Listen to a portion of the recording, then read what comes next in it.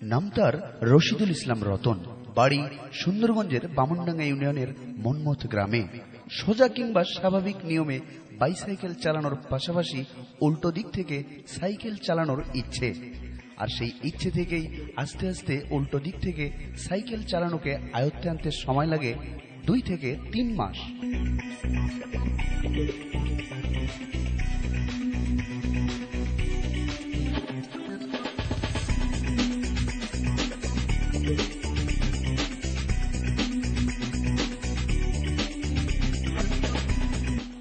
অবশেষে সফল হয় রশিদুল। আর এভাবে সাইকেল চালিয়ে কলেজ, হাটবাজার, এমনকি আত্মীয় স্বজনের বাড়িতেও যাতায়াত করেন রশিদুল।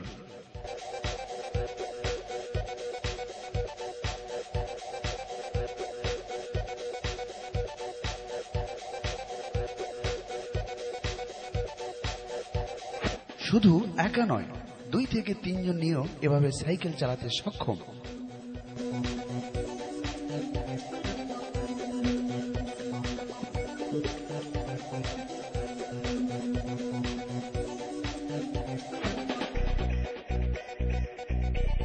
রশিদুলের এই প্রতিভা সত্যি প্রশংসনীয়।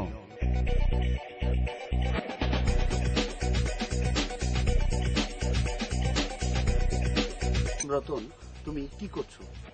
আমি বর্তমানে বামনডাঙ্গা আব্দুল হক মহাবিদ্যালয়ে পড়াশোনা করছি। আগামীকাল আমার ইন্টারমিডিয়েট ফাইনাল পরীক্ষা।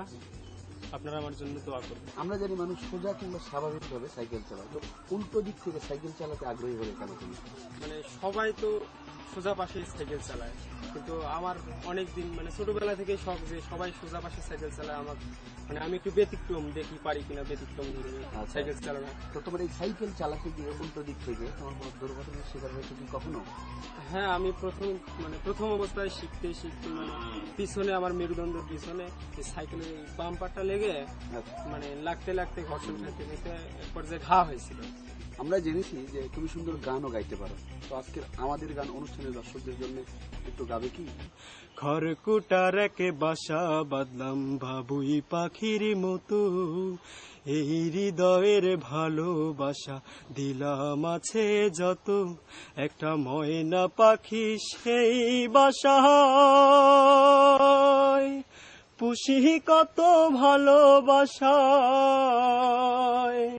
তারে চোখে চোখে রাখি উইরা যেন না যায় আমার পোষা ময়না পাখি। পাখি চোখে চোখে রাখি উইরা যেন না যায় আমার পোষা ময়না পাখি। আমরা এই দৃশ্যটি দেখালাম শুধুমাত্র আমাদের গান অনুষ্ঠানের দর্শকদের একটু আনন্দ দেবার জন্য, অনুপ্রাণিত বা অনুকরণের জন্য নয়।